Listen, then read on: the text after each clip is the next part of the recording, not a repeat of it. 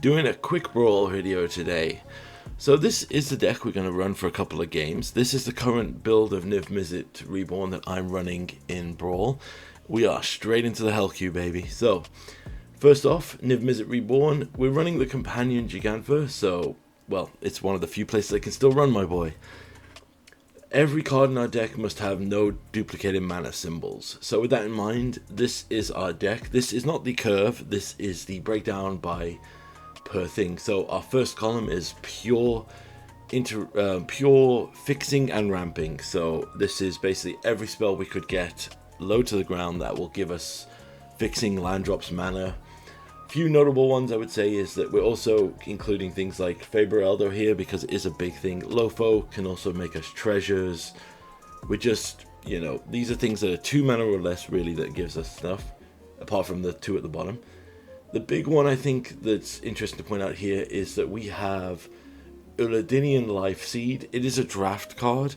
We can get screwed with that because it can draft us free colorless lands, but 9 times out of 10 it will include one of the planets from Edge of Eternity, so there's always a good chance to just get stuff. That's a card you should consider for your deck, I would say. Second column is our interaction column, our biggest column. Brawl is not Commander. Brawl is a straight up bloodfest. You have to answer everything that they play. 9 times out of 10, if they play their Brawl Commander, you should kill it as soon as possible because otherwise it's just going to run away with the game. So with that in mind, everything here is either a kill spell, a counter spell, or something that will destroy a permanent to buy us time. Some of them can do double duty, for example, Wail of the Forgotten and Flame of Anor are cards that we could use for card advantage or drawing additional cards. But 9 times out of 10, you will see them primarily used as a way to just kill a permanent. One thing I will say, Assemble the Team should not be in this thing, it should be in the 4th column, but we'll get to that. Third column is our board wipes. We're running free, so we can't run not Deafening Clarion, we can't run Supreme Verdict or Time Wipe or things like that because of the Gigantha requirement, so we only have free. We have Culling Ritual, Deafening Clarion, and Solar Blaze. These are just solid answers if the board state gets away from us. 9 times out of 10 in Brawl, if you are wanting a board wipe, you are either you've already lost or the game has got away from you too much. It's also not even guaranteed with Teferi's Protection and other Heroic Intervention cards running around. Our 4th column is our random interaction / card advantage. So, notable things here are just stuff that buys us back, gives us advantage. So, for tutors we have Bring to Light and Lifelong Friendship, which is Amaria's Call. We also have, though, Carburetti Revels. This is an alchemy card that's really sick, so if you play a creature spell, it will get another creature spell that's smaller than it. So if we cast Niv here, it can get us any of the creatures out of our deck randomly. I also have Ornate Imitations. I love this card. So we have to, basically, Simic and X, we randomly conjure a random assortment of cards onto our battlefield. 1 for each mana value, starting with 1. So it's kind of like playing Momia on Modo. It's just random and fun if we get to cast it. It probably shouldn't be in here if I'm honest, but I love this card when it comes up. And our final column is our creatures and threats that actually resolve the game. So a lot of these are also double duty. For example, Juggernaut Peddler is a Thoughtseize basically. Baleful Strix draws us a card. Wandering Mind digs for a creature. Crucius Titan of the Waves seeks cards and makes treasure. Broko the Heartless Hunter is basically a draw spell because if we get that on the battlefield and we start killing their biggest creature, he will draw us cards. Clawfist is life gain and other things. Windswept Siege is not a creature, but it's an enchantment that will constantly make creatures if it resolves. Then we have a few others. We have Kellen, which is also a potential ramp spell, and Toph, which is also a Earthbender. Earthbending on fetch lands is one of the most satisfying things in this format in ever. Like, Earthbending has really impressed me. Then we have our big finishers. So we have Uro as a recursible threat, which will just keep coming back. We have Faramir, Prince of Ilflaven. This card is busted. So what we do with this card is we name our opponent, and then they have a choice. They attack us, and we make free 1/1s, or they don't attack us, and we draw a card. Obviously, you've seen the amount of control we have in our deck, so We resolve this, 9 times out of 10 we'll just keep drawing cards because they won't have cards to deal with. And Tajik, the Legion's Valor, holy hell, this card is insane. So, it is indestructible haste. At the beginning of combat we put a 1/1 counter on him and we conjure a card from his spellbook, which basically makes a bunch of Boros creatures, going all the way up to Aurelia. 9 times out of 10 there are a lot of decks that just cannot deal with Tajik. He is probably the most commonly searched up card from Bring to Light in that regard. As for our mana base, we're running 1 of each basic standard. We have all of the fetch lands, all of the shock lands. We have 5 of the surveil lands and 5 of the cycling tower triomes, just to sort out our mana base. But you can run it with whatever you want. Yep, that's the deck, so let's jump into a couple of quick games and see how it goes. Alright, we are straight into it here. We're going to run this at normal pace, because Brawl matches are inherently very fast. And we have Golos the Tireless Pilgrim. So this is generic 5 colors. This could be any 5 color strategy, but we've got to see what it is going forward. We don't have green and we have 3 green cards in our hand. This is an unkeepable. If we had a fetch land, it would have been. Okay, we have missing black, but we have a birds to sort that out. And we have a burgeoning, which is great for us. So let's start with this. Shock in the breeding pool and play burgeoning. What we can do now is set up. So what happens is, when they've played their first land, we can drop a surveil land, which will help us out with our next turn. They're clearly reading burgeoning. Alright, so we'll see what our opponent is up to. Okay, cracking a fetch land. So fetch land isn't going to trigger burgeoning because it's not playing a land. You're searching for a land. Alright, they shock in. So let's drop the surveil land. Playing a Genesis helps us dig for another land, so let's keep that on top. There's a Delighted Halfling, so just ramp right now. Still no indication of what they are. Okay, let's shock this in, and then we can use the Planar Genesis here to hopefully find another land. We do not, dang. Okay, we're going to have to take the Renegade map here and deploy that now to sort out our mana for next turn. We don't have any more for Burgeoning. Burgeoning is good for a splurge earlier. Oh, Lotus Cobra, okay. More ramp right now.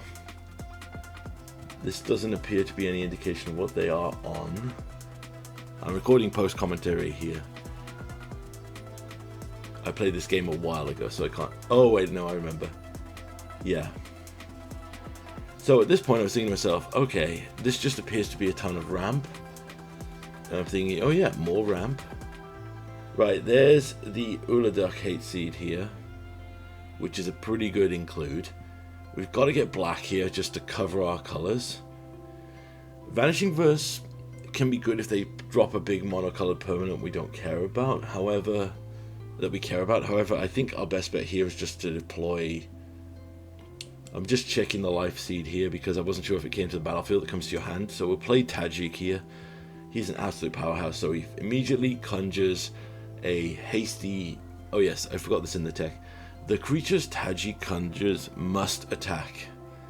So this is the Boros Recruit, which is a first strike 1/1.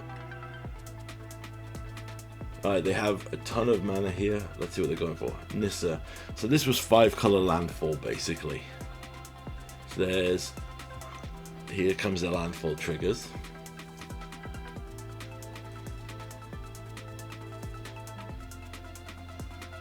They have an insane start here. So basically now they could very easily play Golos, and if they have another... Actually, hold on, work it out. 3, 4, 5. If they have another land drop next turn, they can activate Golos for free. Right, there we get another elf. Crazy. Up to 5 mana, so here comes their commander.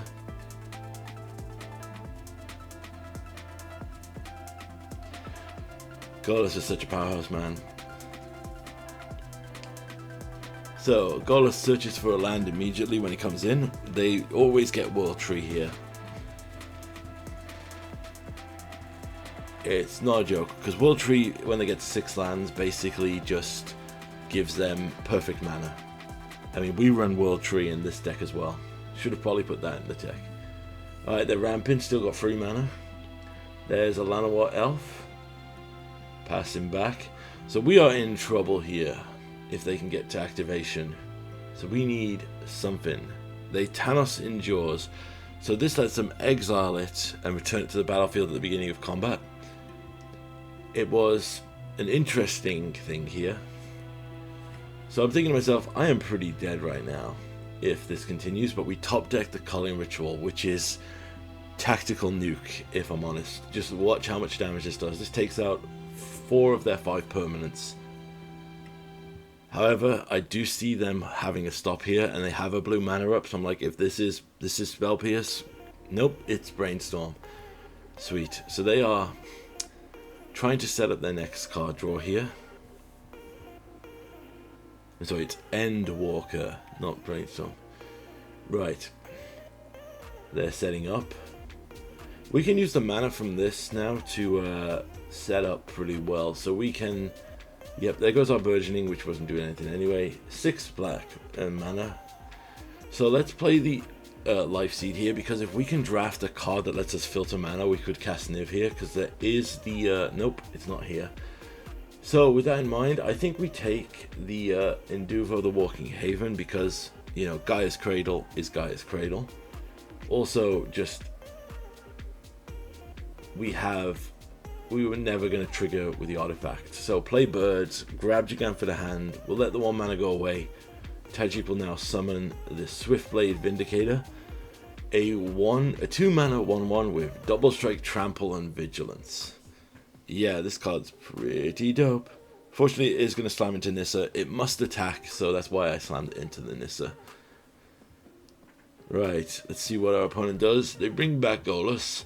They now don't have... They could activate him actually here, because Golos will find a land, triggering Nissa's landfall. If they have another land in hand or a fetch land, they could still go off and activate here.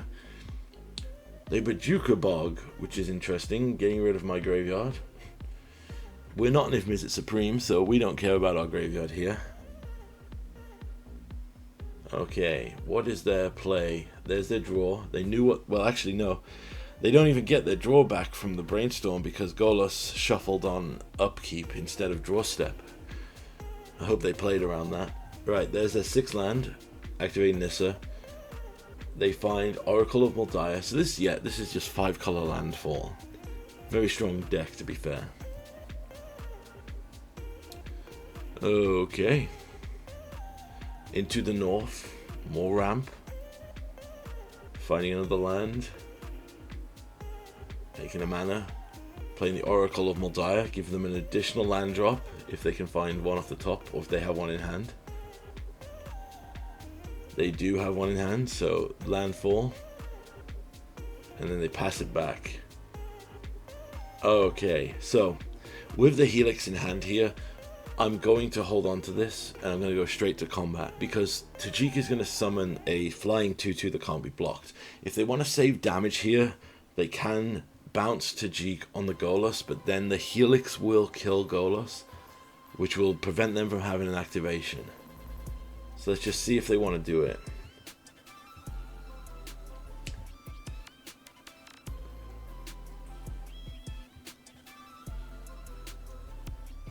Okay. Nope, they just take it. So they're down to 7 here. I think we got to deploy Niv for the reload. It's probably our best and only option here. So let's reload with Niv. See what we hit.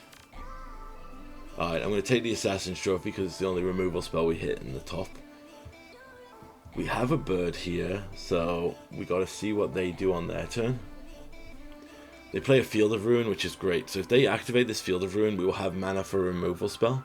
We are going to have to fade a Golos activation here. However, with the way this deck is built, with their landfall trigger from Nissa, if they had their other landfall triggers, what they can do is chain Golos's, because Golos will let them basically cast ramp spells for free. Alright, so Exploration will give them another land drop. We are really lucky that Enter the Multiverse was the next card down. Oh dang. Right, play a land. Land falling. They're gonna shuffle away here because, yep, they find an elf. Right, they can, Phyrexian Metamorph, copy the Niv for a blocker, because they need a flying blocker here to survive. Alright, Nissa plays the land.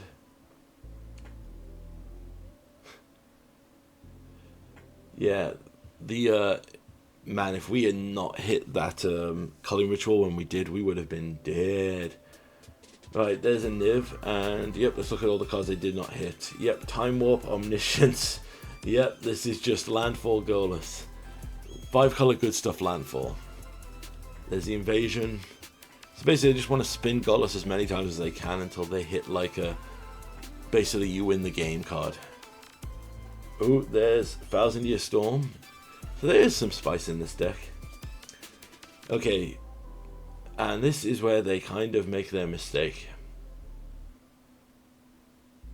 Well, they're dead either way. They don't know it because they don't know about the Lightning Helix here. What I mean by that is... Oh wait, no, they know about the Assassin's Trophy, so they are dead here to us. So they are playing... Yeah, this isn't a mistake. They're trying to play to their outs. They're checking if stuff has reach, so they kill their planet here, which gives them another landfall and a shuffle. However, it will allow us to grab a green here, which will be untapped because Field of Ruin lets us bring it in untapped. This is just me checking my colors. And now we can move to the end step, and in the end step we can Assassin's Trophy that Niv Mizzet, where they won't be able to do anything with the landfall. Yep, Assassin's Trophy, their flying blocker, and we have 8 damage in flying, so that's going to be a good game. Unless they get some crazy thing off the top here. Oh, the One Ring, that would have saved them if they had found that. But yeah, so we can just pass to us now. And we can just go straight to combat here. I'm just checking there's nothing absurd. I'm going to go straight to combat to go to attack, and they concede. So that's Brawl, ladies and gentlemen.